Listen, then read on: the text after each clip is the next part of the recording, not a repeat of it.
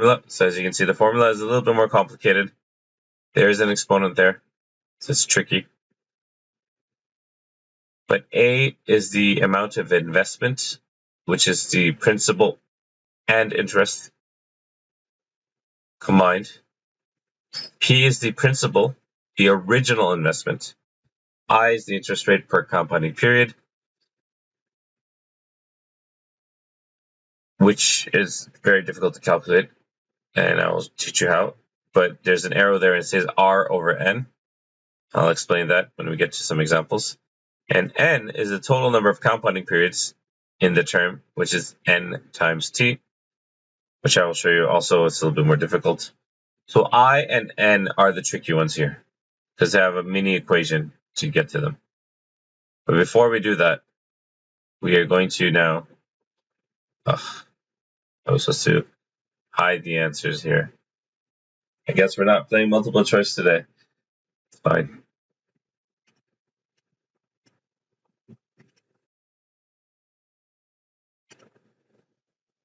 Oh, wait, wrong one.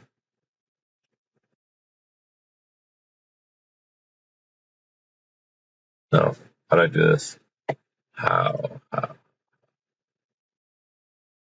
That's fine. I'll figure it out later. All right, so an investment is made for 3 years, compounded monthly. What is N? I'm going to teach you how to calculate N. The formula for N is N times T. What does that mean? So it's your compounded frequency times the time in years. So if something is compounded monthly, we'll go back here. Compounded monthly means 12 times a year. It's 12. So it's going to be 12 times 3. So in this case, N is 36.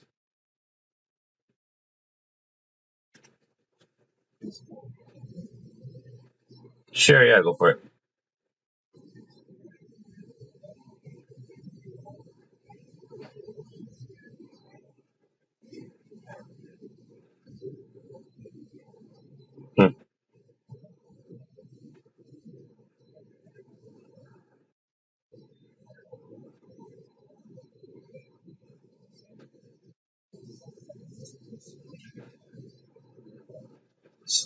So when you're talking about money, you always keep the cents.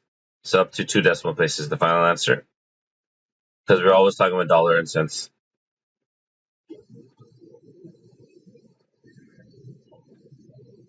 Yes, the final answer should be rounded to 2 decimal places.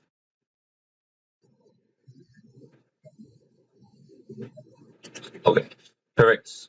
Let's do another example of N. Here we have an investment is made for 4.5 years, compounded quarterly.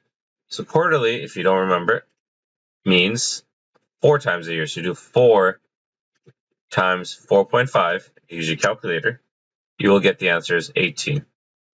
18. It's very important to know how to do this, how to calculate N. Here, we have an investment is made for 18 months, compounded semi-annually. So the first thing you need to do is change that 18 months into years. Remember we did that for simple interest as well? Always convert your T, your time, into a value that can be written in years. So 18 months, how do I convert that into years? Well, what's 18 divided by 12? It's 1.5, so this is going to be 1.5 years down here. And semi-annually, what's the frequency? That's twice a year. So that's going to be 1.5 times 2. The answer is N equals 3. Hopefully you're getting this now. But now it gets complicated because we're figuring out how to calculate I. I is very similar to N, except instead of N times T, it's R divided by N. And this N value, I don't like this terminology. I usually use J. The reason I use J is because this N is confusing from that N. You can't use the same letter. So we're going to use J. What is J? J is the frequency. This is J. 1, 2, 4, 12, 52, 365. So it's the frequency.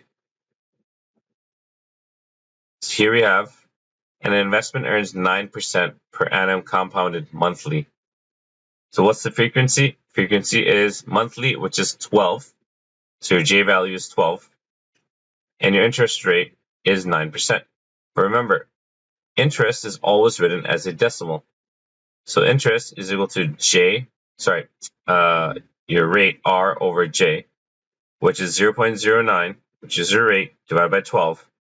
So your I value is 0.008. In this example, we have an investment earns 6% interest, compounded quarterly. So that's going to be 6 divided by 4. Except remember, it's not 6, it's 0.06 divided by 4, and that is your I value is 0.015. Here we have an example, and I will do this one for you.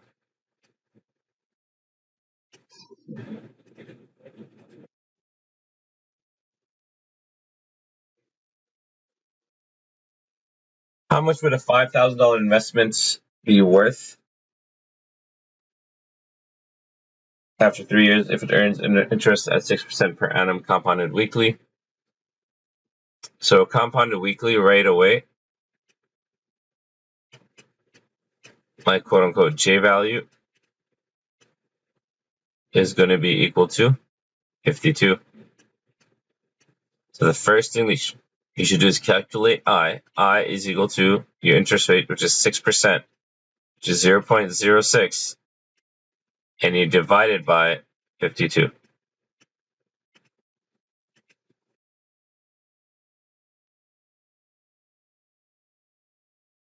Which is this really long decimal, 0.001153, and so on. Remember, your job is to keep all decimal places. So you learn how to use your calculator. N value, how do you calculate N? That's going to be T, J times T. So J is 52. And time is 3 years. So 3 times 52. That's 156. So your N value is 156. Your I value is this really long decimal. We have everything that we need. Principal is always the amount, initial amount. So let's figure it out. A is equal to 5,000 times 1 plus this really long decimal.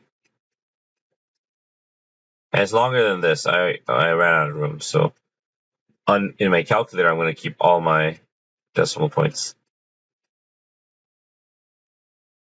So let's do this. The very first step is to add the stuff in the brackets. Remember BEDMAS? Brackets first.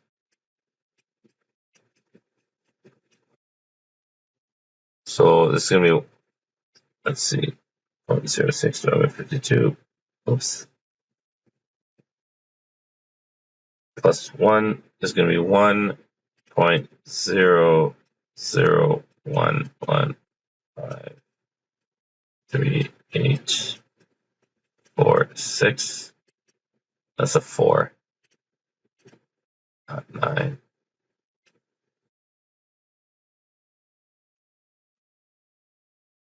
To the power of 156. So now you do the exponent.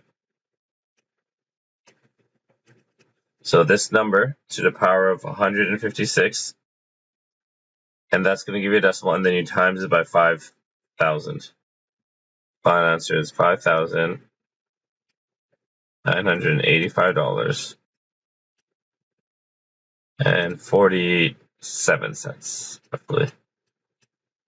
It rounds up. And that's the answer. That's it. So the trick here is calculating your I, calculate your N correctly. Make sure you're dividing to get the actual I value. It's not just 6%, it's this.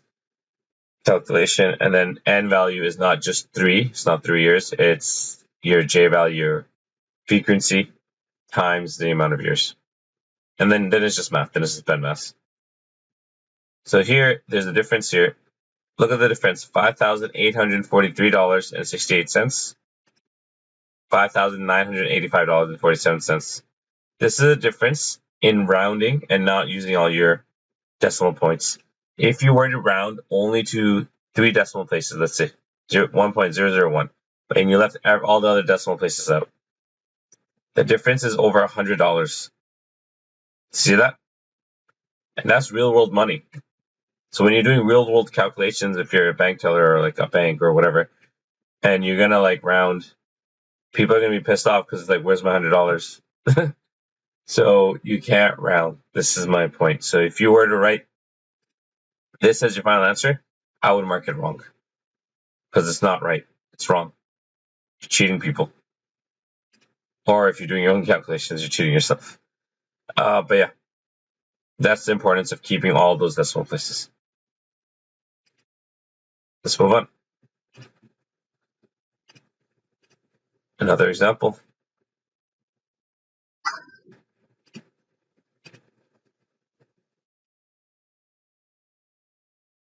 Here we have how much would have to be deposited now in an account that earns 7.8% per annum compounded monthly in order to reach $10,000 in 3 years. So they're asking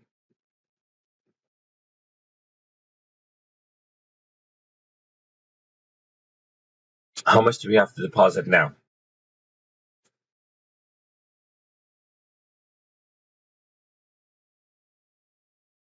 To reach 10K in 3 years. So we got to go back to the definitions of A and P.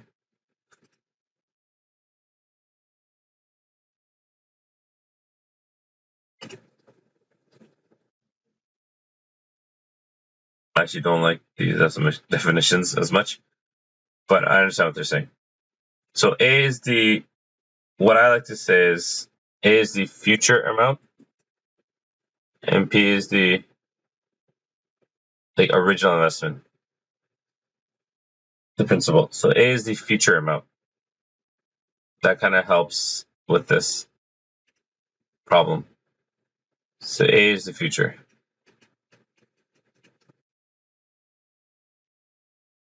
It's the amount that will happen in the future. So here, the question is asking, how much do I have to deposit now? That's your P value. So they're trying to look for P.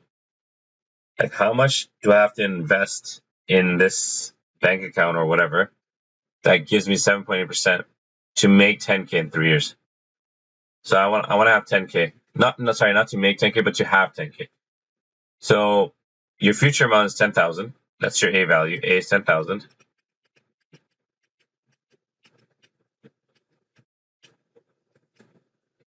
Your P value is unknown. That's what we're looking for. Remember, I is that calculation. It's always your rate, 7.8%. Remember to always convert that into a decimal and divide by, well, this is compounded monthly. So your J value is 12. So depending on each interest type question,